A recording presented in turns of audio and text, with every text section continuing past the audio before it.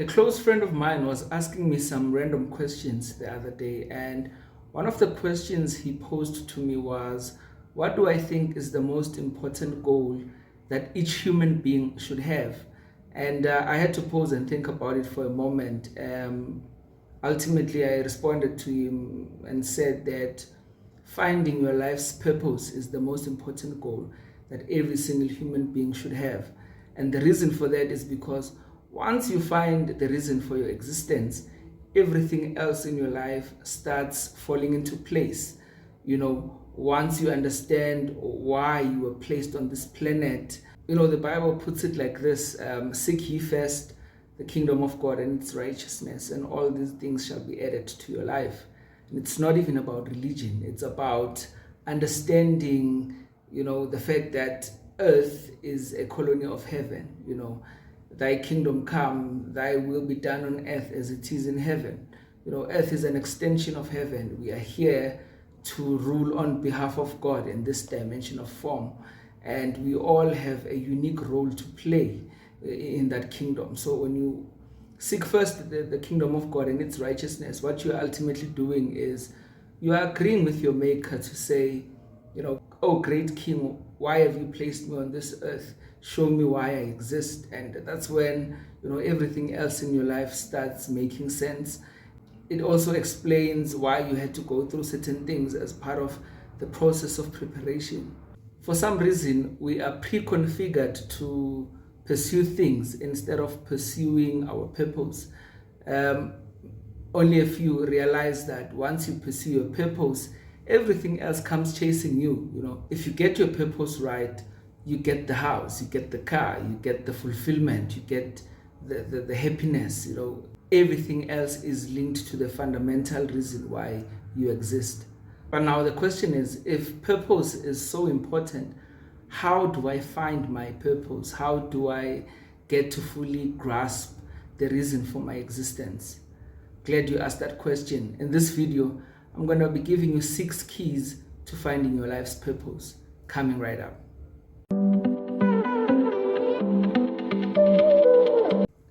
The first thing you need to do in order to find your life's purpose is to spend enough time alone. A lot of people don't know why they are here because they are always in groups, they are always in some type of clique or clan, they are always in a crowd. And what ultimately happens is that they get lost in the crowd. They don't really spend enough time alone to ask the fundamental questions such as, where is my life going? Why am I here? Who am I? What am I good at? Because it's always about the group's agenda. Let's go do this, let's go do that.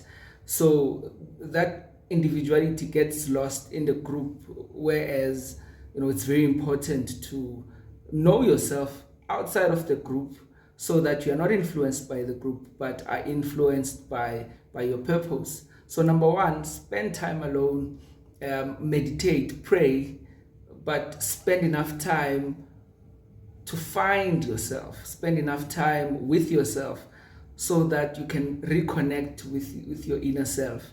Because your spirit already knows why you are here, but your life is so loud, so much that your spirit can't really communicate with you. There's always you're always distracted by something. There's always something screaming for your attention. And number 2, once you then spend enough time alone to sort of ask the right questions, the next thing you need to do is to have some type of vision. From that process, formulate some type of vision. Have a sense of clarity in terms of what you would like to be known for. And that thing is obviously linked to your purpose. How would you like to make your money? What do you want to be remembered for? Once you know that, then make it as clear as possible. Write it down if you need to, but you need to know exactly what you're aiming for, because if you don't know what you're aiming for, you're gonna miss. So it's all about having clarity of vision and having oneness of mind in terms of what you are pursuing. Problem with a lot of people is that they have too many goals, and some of them are not even related, they are not even linked. And what they do is they experiment with purpose. So what they do is, because they don't spend enough time with themselves to know themselves, what they do is they try this, and if this doesn't work, they abandon it and try something else. If that doesn't work, they try something else, and it becomes a very hot mess, So what's essential here is find yourself, which will then inform your vision. Once you have that vision, fine tune it, make it as clear as possible, so that you can then immerse yourself in it, so that you can then give it your all.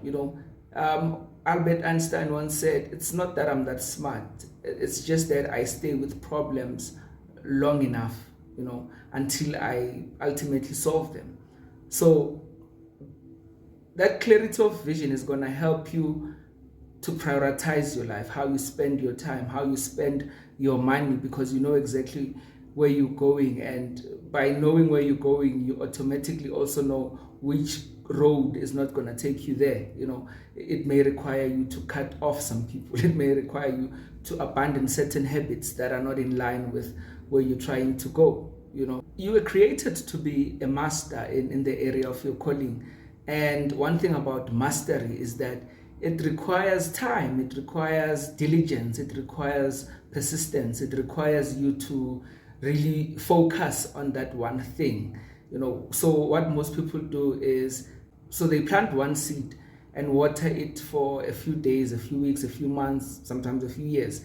And when that plant does not yield the fruits they were expecting, they abandon it. They plant another seed, same process, and you're wasting your years away, you're wasting your life away, because you don't know why you're here. You're experimenting, the clock is ticking, which is why I mentioned at the beginning that you need to first find yourself, so that you can know exactly what God had in mind when He created you. And once you find that reason, then give it your all, meditate on it, think about it day in and day out. There is no such thing as, a jack of all trades who masters everything. There is no such thing. Knowing a little bit about this and a little bit about that is not going to help you when it comes to your purpose. You'll never master, the area of your calling, because you didn't spend enough time, you didn't invest enough of yourself in it to become what the world considers a master. Number 3, once you have clarity of vision, then identify that gift in you that is going to get you there, because now that you know where you're trying to go, now you're answering the how. How am I going to get there? The best way to do it is by utilizing your gift, because when you were created for a specific purpose to fulfill. Therefore, you are divinely equipped to be successful in that area. So, number 3, identify your unique gift. And once you identify that unique gift, that one thing that you do well with minimal effort, that one thing that everyone commends you for, start cultivating it, start refining it, develop it further, refine your craft, read books, register for a short course, attend seminars, do whatever it takes to improve your skills in line with your gift, because you're working towards being a king or a queen in that particular area. Therefore, it's going to require you to be on top of your game. You need to spend enough time practicing. You need to spend enough time learning more about that particular field in order for you to be considered or to become one of the greatest. Create value for the world. Only through your gift can you deliver unique value that no one else can deliver to the world. Purpose is about service. Purpose is about giving to the world, giving of yourself. So don't pursue money, pursue purpose. Aspire to be a person of value, because it is value that determines what we are worth. It is value that we're giving to the world that translates into a paycheck. We get paid according to the value we provide. The best way to create value through your gift is by refining it, as I've stated. It's by working hard and making sure that you are the best in that particular field, then money is going to come to you. Don't chase money. Money will come chasing after you once the world has seen your value. Give the world something that they can't get anywhere else. You can only do that by spending time practicing, spending time getting better and better. That's the value that the world is looking for. You have a significant purpose to fulfill. Don't waste your gift. Refine it, work hard at it, and give it to the world. The world will give back. Your creator will reward you for fulfilling the role that you were created to fulfill. Embrace the process and trust the timing of your life. Every purpose needs process for it to be fulfilled. For instance, if we are talking about a refrigerator, before it can fulfill its purpose of cooling stuff and keeping our food fresh, it had to go through the process of being built, of being produced, of being prepared. Purpose is always preceded by preparation. And depending on, the nature of your purpose, the nature of your calling, you might have to wait a little bit longer than others, which is why it's also very important to trust the timing of your life. Don't compare yourself with anyone, because we don't have the exact same purpose. Another analogy that I can think of is two people go to a restaurant and order food. One person orders a simple meal, maybe like chips or whatever, and the other person orders a sophisticated meal, a rather complex meal, and both of them arrive at the same time, and the one who ordered a simple meal gets theirs first, and the other person is like, but we got here at the same time, why am I not getting my order and he's getting his order? And the restaurant person is like, it's because you ordered something complex, you ordered something that takes longer to prepare, therefore you need to wait longer.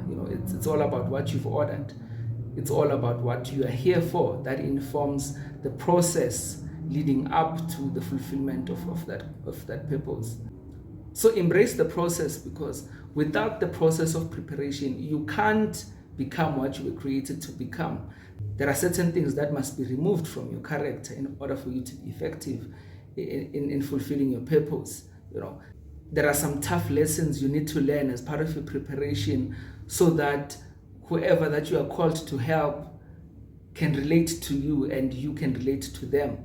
I've always told people that we can't help people whose pain we can't relate to. So sometimes, based on the nature of your calling or your purpose, God allows you to go through certain things just for that relatability, so that when you speak to someone about overcoming depression, when you speak to someone about not giving up, you know exactly what you're talking about, because you're not speaking from a privileged point of view. You're speaking from experience. At some point you were in a similar situation and you didn't give up, and these are the things that you did in order for you to get where you are. So you have to embrace the process. The process is essential, and don't try to cut corners and try to reveal yourself too soon, because you will get there only to find that you are not ready. It is a known fact in architecture that the tallest buildings always require the deepest foundation. And the reason why that is the case is because of its height. A skyscraper needs a very deep foundation in order for the structure to withstand the weight of its height. So depending on where you're going, God must first lay the foundation and make sure that you have a solid foundation, because He's taking you to a very high place. Understand that you are not here to be like your friends. You are not here to be like your neighbor. You are here to become yourself. You are here to fulfill your own purpose based on your unique genetic makeup, And number 6, detach yourself from society's expectations of you. Like I said, you are not here to be what your parents want you to be. You're not here to be what society says you must be. You are here to fulfill your divine mandate. Only your creator can dictate what you need to become, because he created you for a specific purpose. So in order for you to move towards your purpose and to fulfill it, you need to detach from society's expectations of you. You know, maybe they expect you to be a lawyer, they expect you to be an engineer, only to find that God created you to sing. You know, he gave you the gift of singing, therefore that's what you must do. You know, God knew exactly what he was doing when he created you, and for your purpose you are enough. You know, you have everything you need to become what God created you to become. I've seen a lot of people miserable because they were trying to be what their parents want them to be, you know. And I understand that parents have good motives in that process, but the effect of that can be far reaching, you know, because you're frustrating your kids. They're supposed to be what God created them to be, not what you want them to be. Even though they came through you, you don't own them. Only their creator owns them. You know, so let your kids be what God created them to be. And that brings us to the end of this video. Thanks again for watching. If you liked the content, please share, like, and comment. Don't forget to subscribe to the channel if you haven't done so already. Make sure you hit that notification bell as well, so that you can be notified every time I upload new content. Until next time, I'm out.